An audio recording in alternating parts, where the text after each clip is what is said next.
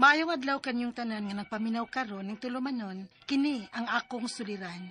Ilabi na kaninyo Dr. ni Ubra ug Attorney Elaine Bathan. Ingon man sa mga artista nga maghatag og kinabuhi ning akong suwat suliran. Ako si Terry, 55 anyos. Itago lang ang akong address. Punto legal kining akong suliran. Kabahin kini sa sitwasyon sa akong anak nga nagumon sa ginadiling drugas. Apan ni undang na. Ingon niini ang mga panghitabo.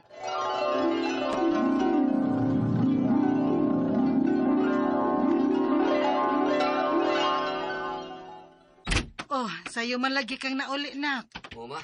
Wa na ko trabaho. Unsa? Naktak man ang among kompanya ma og mga trabahante. Og usa ko sa mga natatak. Lah, nya unsa may plano nimo ron? Mangita ulay trabaho, ma.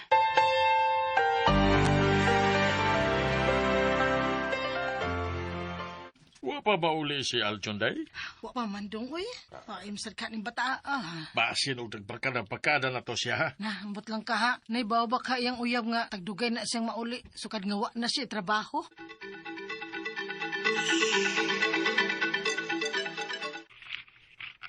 Wagit ko kay bawaan na tita. Ang ingon niya na ako nga mangita ra ko na siya trabaho kung mulakaw siya. Unyaan ra ko na siya sabay og inigkahong man. Mao ba di ay, Dayani? Sige lang, pakigistoryahan lang unya nako si Aljon.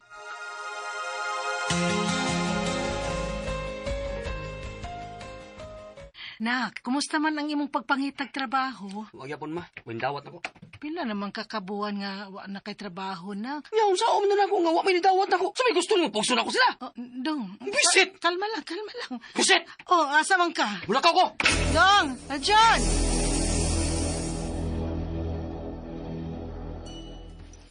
Wa na di ko makasabot ni Aljon, Dong. Kung dili mo init o kalit ang mukalit lang sa siya katawa nga si Yara. Kinalang nga may bawaan na to kinsay mga barkada niya, day. Nana ay.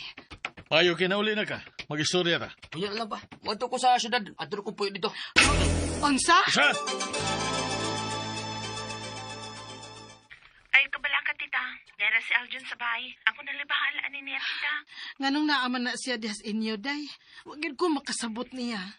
Tita, may gamit og namaligya man is Aljon og drugs. Og daghan ako no ang nangita niya moong miigyas ni siya diha. Unsa?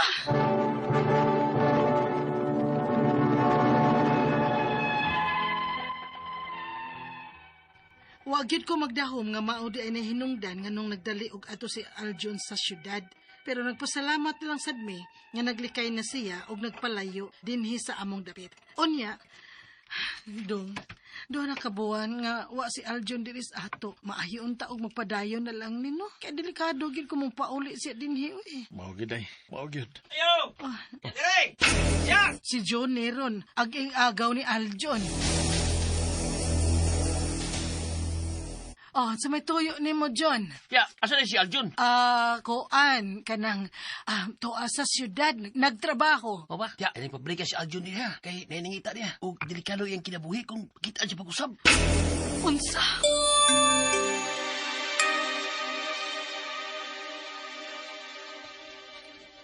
Day, muragas tata. Delikado ta ini.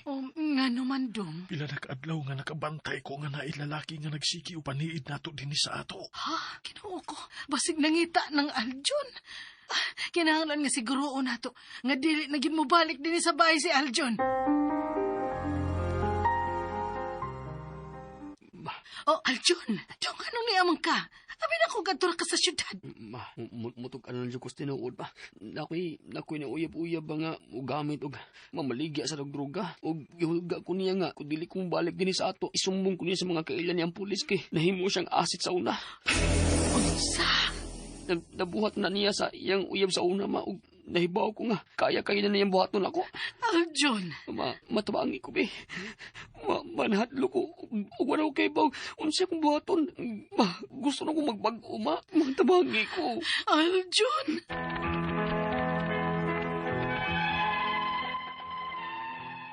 Hasta ko naglibog na kung unsay angay buhaton para masulbad ang problema sa akong anak. Ug maluoy na pud ko niya nga magsige na lang og tago tungod sa mga panghulga sa babay nga iyang nauyab. Karon, gusto na siyang makalingkawas ug magbag-o na sa iyang kinabuhi. Ang ako mga pangutana mao kining mosunod unang pangutana. Niundang na og gamit og pamaligya ang akong anak sa ginandiling drugas. Karon, grabe na ang iyang kahadlok. Mapriso ba gihapon siya? Bisag ni undang na siya? Ikaduhang pangutana. Naa siya na uyab-uyab nga utrusad nga mogamit og drugas og namaligya pagyud kini. O gusto nang makalingkawas ang akong anak niya.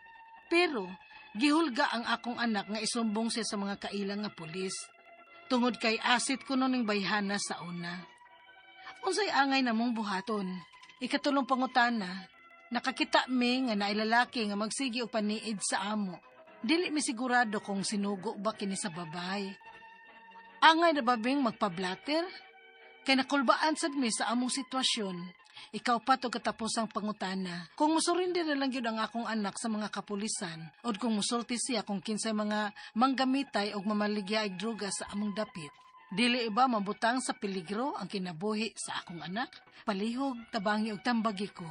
Kini ang akong suliran, Tere. Mayong adlaw, mga suking tigpaminaw, kini si Attorney Elaine Bathan, o ako today ang muhatag ninyong tambag, tubag, solusyon, kalinawan sa inyong mga pangutanag, mga problema na may punto, legal, personal, emotional, nga mga pangutanag, mga problema, busa ay mo pagdugay, di mauwaw, di maikog, ipadala ang inyong suwat sa suliran_612@yahoo.com or sa atuang Facebook account nga kini ang akong suliran official writers page. Pwede sad atong ipadala sa 3rd floor, Jose R. Martinez Building, Osmeña Boulevard, Cebu City. Kumusta guys? Kumusta atong mga sukintig paminaw? Big shout out, big thank you sa tanan likers ug followers nato sa atuang Facebook account nga naminaw karon, sa mga nagpadala sa ilahang mga suwat sa atuang official writers page no sa Facebook. Thank you, and sa tanan nga nag-like, nag-follow, nagsubaybay nako sa Elaine Tantengco Bathan ug Attorney Elaine Tantengco Bathan sa Facebook. Kumusta mong tanan din ha? Thank you kaayo for listening, no? And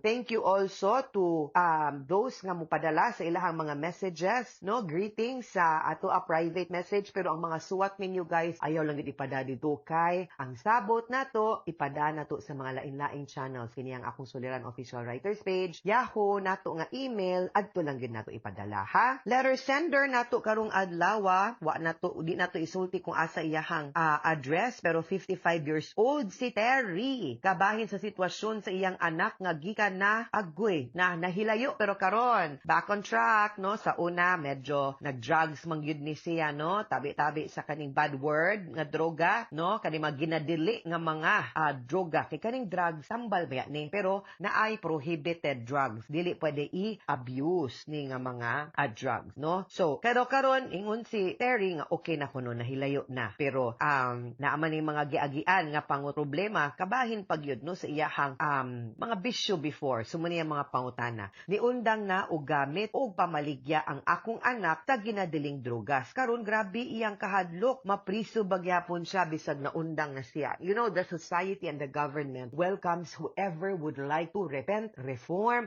and rehabilitate themselves without need, no? Nga dakpon pa, biingkot pa, dili na na ingon anak. Basta limpyo na na siya, dili na na siya pwedeng dakpon, di na na siya pwedeng hilabtan. Especially kung makita ug magpakita ug padayon nga magpakita og tarong na tinguha unya nga na limpyo gyud siya, unya okay na gyud ang iyahang sistema, iyang kaugalingon na reform, wa na muusab, makita pud na nato, no? And ang iyahang mga pagpanrabaho legal na, ayaw gyud mo kabalaka, no? He has to take away that stigma of fear, no? Karon nga na-rehabilitate na siya. Kaduha, naa siya'y na uyab-uyab nga otro sad nga mugamit og drugas ug mamaligya pagyud ni. Ug gusto nang makalingkawas ang akong anak niya, pero gihulga ang akong anak nga isumbong siya sa mga kaila nga pulis. Bisag niundang na siya tungod kay asset kuno ning bayhana sa una. Unsay angay na mong buhaton? Buwagi. Ayaw kaguol. Akiba ka kasi angay mo hulga? Siya. Kahawd gud anang uyab ba nga mo upay mag-una-unag hulga, mo pay makasasa, mo upay gabuhat og mga ginadili sa balaod, siya pa'y manghulga, baga siya naong. Siya mo'y angay hulgaon, siya mo'y angay hadlukon nga kung di siya magtinarong, no? Ug dili niya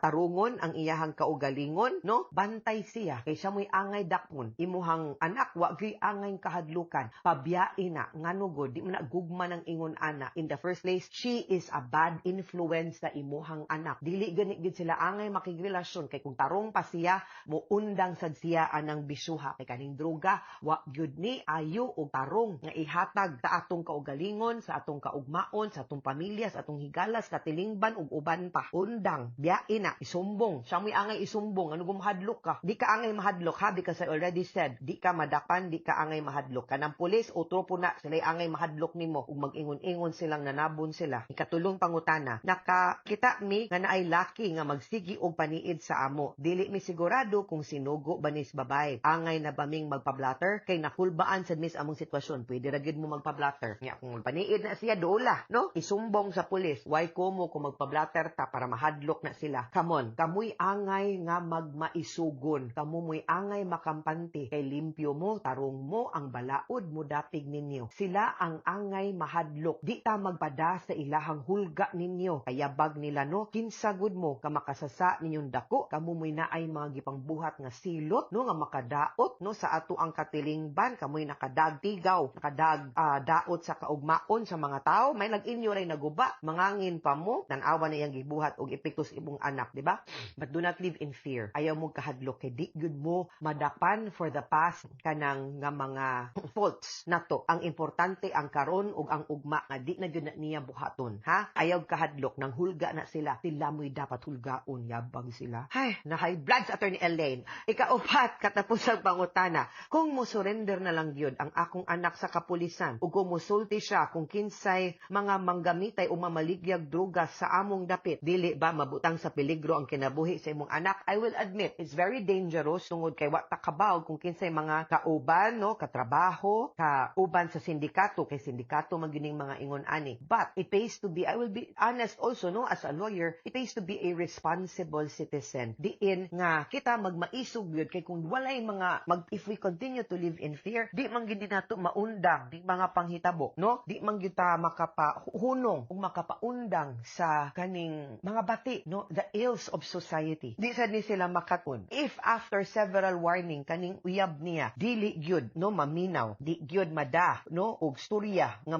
mag-usab no nga mag-rehabilitate sa iyang kaugalingon, muundang anang droga, then it's time to leave the girlfriend. Pwede na to sila i-report sa police, no? Better inta, but you have to make sure you do it carefully and that you will be protected by the police if in the event nga musulti ka or mu-witness ka. But I'm very sure usay kaning mga police no kabaw biya na sila. Pero turning a blind eye ba, but we cannot be. The only way no for this drug addiction to stop is to start it sa ato ang kaugalingon. And second, atong tarungon ato ang selves no nga dili na ta mahadlok no sa mga mahitabo nato later on. Mga sukintig paminaw, hinaut unta nga namoy naputlo na pagtulunan karong adlaw. Kini si Attorney Elaine Bathan. Daghan king salamat sa inyong pagpaminaw sa atong tulumanon. Hangtod sa sunod na sugilanon din higapon sa tuang programa.